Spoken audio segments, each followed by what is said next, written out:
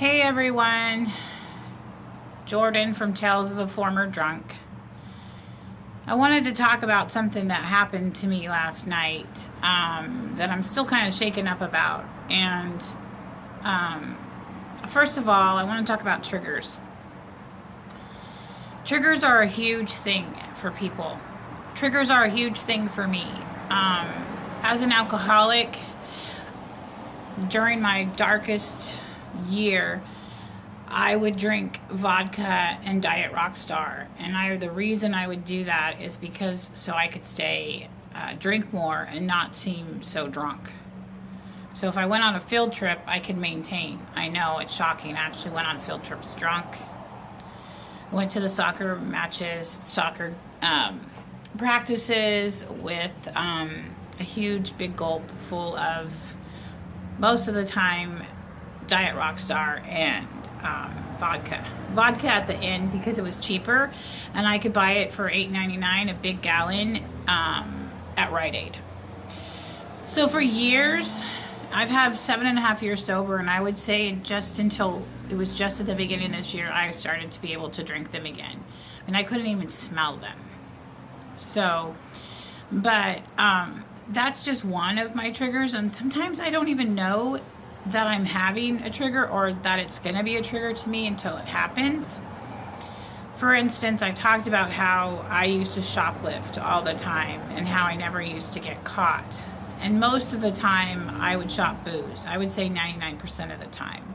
And I never had my kids with me because, I would let them go to McDonald's while I went next door and shoplifted. Horrible mom, horrible. But that being said, I used to live with someone who got asked from every grocery store in town to not come back there because he shoplifted all the time. And once I was with him, I was not shoplifting, I was sober, and he chose to shoplift, and they almost took me to jail. They searched my car, they searched me, and that was during the time that I was trying to extenuate myself from the relationship. So I was always in fear, and I got where I wouldn't even shop with him. I wouldn't go anywhere in public with him. I did it when I was drunk and he was drinking or drunk, but not when I was sober. Absolutely not. So last night I was at Walmart with my teenagers, and it was a quick trip. It was late, and I went to the pharmacy and dropped off some prescriptions, did my shopping, and when we were done, right before we got to the door, I handed the receipt in the bag to my daughter, and I said, I'm going to go pick up the prescription, and I'll meet you back at the car. I no sooner said that and I stepped away to go back into Walmart when I was about mowed over by this lady. And I heard her say, excuse me, I need to see what you have. And I was paralyzed by fear. Absolutely paralyzed. I just stood there. And I turned because I thought, oh my God, they're talking to my daughter. And I was so afraid, even though I knew she didn't shoplift. I knew I didn't shoplift, but for a minute, I was back in that relationship with my daughter and the possibility of me losing my children because I chose to shoplift. Even though I never took them with me. I was with my boyfriend at the time who used to shoplift all the time.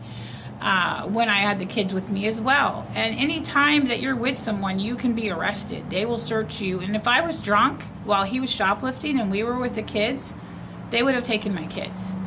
So I always lived in that fear, but apparently not a big enough fear to make me not do it. So at the time, last night, I'm frozen. I'm absolutely frozen in fear. And I turn thinking I'm going to see my daughter, being manhandled by the security or something. And I turn and it's not her. She had already went outside the doors. It's another lady who had a couple of items in her hand. She had went through the self-checkout. She had a receipt, but she had like this big diaper bag thing full of items. And they said to her, "Excuse me, you need to come with me. I need to see what you have." And she said, "Oh, I'm sorry." And they're all, And by that time, there was 2 dudes and the girl security guard. And they like sheep herded her like she was a sheep. And they were the dog pack. And they just bustled her right through the store. And they're like, "Do you have ID on you? I hope you have ID on you." And I was just rooted to the spot. I was just standing there. I couldn't even move. And finally, I got some sense into myself. And I went to the pharmacy, got my stuff, and I went out to the car. And my teenagers were out in the car. And I was just like shaking. And they're like, "What's the matter?" And I said, "I almost got ran over by security. I thought they were arresting me for shoplifting." And they look at me because they don't know what I'm talking about. And I said, "You guys don't remember, but I used to shoplift when I was a drunk." And actually, that's the reason why my daughter will not usually leave my side when we shop, even now, is because I left her at a McDonald's once so I could go shoplift booze. And when I came back, she was sobbing hysterically. Yeah, Mother of the Year award right here, right now. It's me. So she doesn't remember any of that, but that's why she will not shop alone. That's why at 14, she doesn't even want to leave my side. So we shop together, and that's okay. But I was completely caught unaware of my trigger like that. And I had to just like take a moment, take a deep breath, and be thankful. Oh my God, that is not me today. I can go in a store.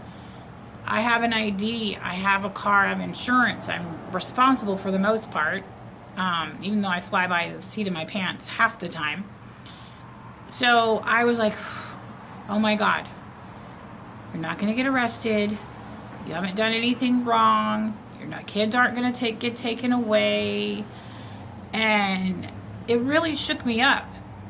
And I'm still, when I think about it, I mean, I was like in tears, and I had to like get a hold of myself because I was thinking, oh my gosh, what in the corn muffin hell is going on here? And it was kind of a rude awakening for me that in any moment, any time, I can be hit by a trigger. And I think it's just a reminder to be thankful, to live in gratitude that I can go to Target without people following me around. And I can go into Walmart, Safeway, never have to worry about someone taking my children away because I've shoplifted or because I'm drunk. I like to think that those days are behind me, but really it's just all about one day at a time and making that conscious effort to do better and to do the best you can. Put one foot in front of the other, one flip-flop in front of the other, whatever kind of footwear you like. Get your feet moving and just, live for today, because that's all we ever have. So happy Friday. I don't know when I'm going to post this video. I might post it Sunday. I might post it today. But I hope that you've gotten something out of my video, and enjoy your weekend. Jordan from Tales of a Former Drunk.